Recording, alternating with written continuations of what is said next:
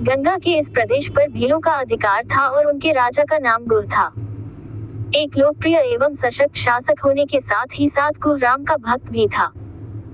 यह ज्ञात होने पर कि राम अपने लघु भ्राता लक्ष्मण और पत्नी सीता के साथ उसके क्षेत्र में आए हुए हैं, वह अपने मंत्रियों तथा परिजनों के साथ उनके स्वागत के लिए आ पहुंचा। भीलराज गुह को देखकर राम स्वयं आगे बढ़े और उनसे गले मिले। विकल्प धारण किए हुए राम, सीता और लक्ष्मण को देखकर गुह को अत्यंत क्षोभ हुआ। उसने विनयपूर्ण तथा आर्त स्वर में कहा, हे रामचंद्र, इस प्रदेश को आप अपना ही प्रदेश समझें। आप यहाँ का अधिपति बनकर यहाँ का शासन संभाल लें।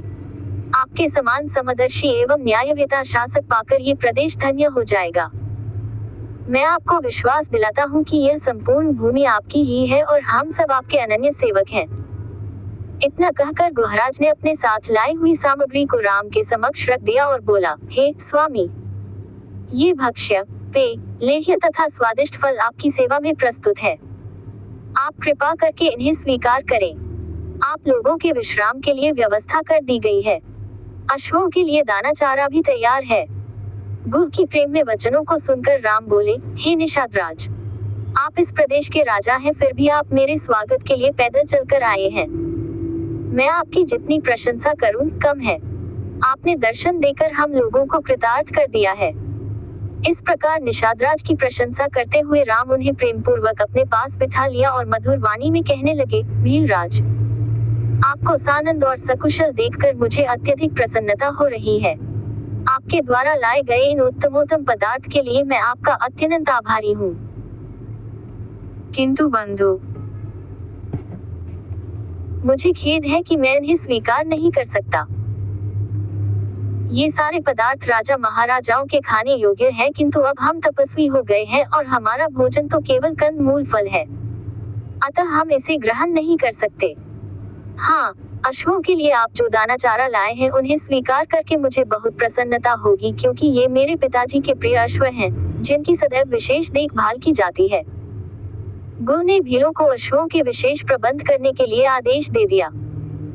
संध्या होने पर राम, सीता और लक्ष्मण ने गंगा में स्नान किया तथा ईश्वरोपासना के पश्चात उन्होंने कंद मूल फल का आहार किया। गुहराज उन्हें उस कुटी तक ले गए जहां पर उन्होंने उनके विश्राम के लिए अपने हाथों से प्रेमपूर्वक तृण शैयाएं बनाई थी। कुटी में पहुंचकर गुह ने कहा, हे दशरथ नंदन, आप इन शैयाओं पर विश्राम कीजिए। मैं आपका दास हूँ, अतः मैं पूर्ण रात्रि जागकर हिंसक पशुओं से आप लोगों की रक्षा करूंगा। आप हमें सर्वाधिक प्रिय हैं, इसलिए आप लोगों की सुरक्षा के लिए रात भर मेरे ये सभी साथी धनुष बाण लेकर तत्पर रहेंगे। उनकी बातें सुनकर लक्ष्मण ने कहा, हे गुहराज, मुझे आपकी शक्ति, निष्ठा और भैया राम के प्रति आपके अनन्य प्रेम पर पूर्ण विश्वास है। निसंदेह आपके राज्य में हमें किसी प्रकार की विपत्ति की आशंका नहीं हो सकती, किंतु मैं भैया राम का दास हूँ, अतः मैं इनके बराबर में सो नहीं सकता। मैं भी रात भर आपके साथ पहरा देकर अपना कर्तव्य पूरा करूंगा।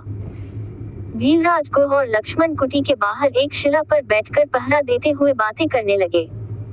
लक्ष्मण ने गुह को अयोध्या में घटित समस्त घटनाओं के विषय में बताया। इस प्रकार वह रात्रि व्यतीत हो गई।